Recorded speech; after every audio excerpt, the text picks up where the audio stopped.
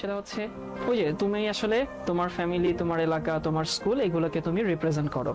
মানে তুমি ভালো কিছু বললে তোমার ফ্যামিলি, তোমার এলাকা বললে তোমার ফ্যামিলি, তোমার এলাকা এগুলো সম্পর্কে মানুষ ভালো ধারণা নিবে। উল্টা বললে উল্টাটা, বুঝছো? এখন আরেকটা কথা মনে রাখবা, লাইফের যে কোনো স্টেজে নম্রতায়, ভদ্রতায় তোমাকে যেন কেউ দ্বিতীয় না বানাতে পারে, এটুকু একটা মাথায় রাখবা। মানে যে কোনো পরিস্থিতিতে তুমি যদি নম্র, ভদ্র থাকো, ডিসেন্ট থাকো, বিশ্বাস করো লাইফের অর্ধেক সমস্যা এমনিতেই সমাধান হয়ে যায়। একটা উদাহরণ দিতে গেছিলাম, তখন স্ক্রিন ফ্রিজ হয়ে গেছিল। ধরো এই যে তোমাদের আমি এখানে ক্লাস নিচ্ছি, আমার ফোনে অনেক মিসড কল উঠে থাকে। ক্লাস শেষে আমি তাদেরকে কল ব্যাক করি। বিশ্বাস করো আমি প্রতিবার কল ব্যাক করার পরে ঠিক এভাবে কথা বলি যে আসসালামু আলাইকুম, আমি সাউন্ড রেজে বলছিলাম, এই নাম্বার থেকে 2-3টা ফোন এসেছিল, আপনি কি আমাকে ফোন দিয়েছিলেন? আমি সবসময় এই কথাটাই বলি, কিন্তু অন্যভাবেও বলা যায়। যেমন আমি তাকে ফোন দিয়ে বললাম যে হচ্ছে কে বলছেন, তখন সে আমাকে জিজ্ঞাসা করলো যে ভাই আমি অমক বলছি, আপনি কি বলছেন? আমি তখন বলতেই পারি ওই মিয়া, আপনি আমারে ফোন দিয়েছেন, আপনি জানেন না আপনি কারে ফোন দিচ্ছেন? এই যে এটা কিন্তু আসলে দিন শেষে নম্রতা, ভদ্রতা হইল না। সো তোমার পড়াশোনা বিষয়, পড়াশোনার বাইরে হোক, স্কুলে হোক, বন্ধুর সাথে হোক, টিচারদের সাথে হোক, বড়দের সাথে হোক, ইভেন ছোটদের সাথে হোক, তুমি যদি নম্র ভদ্র থাকো তোমার লাইফের অর্ধেক সমস্যা নাই হয়ে যাবে। এবং এটা সবসময় মাথায় রাখবা।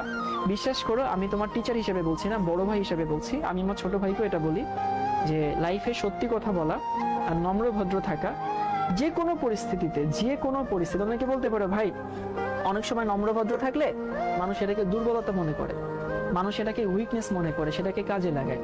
তখনও তুমি যদি নম্র ভদ্র থাকো এটা তোমার জন্য ভালো। এই কথাটা সবসময় মাথায় রাখবা, এবং এটা লাইফের সব ক্ষেত্রেই কাজে লাগবে, শুধু পড়াশোনার ক্ষেত্রে না।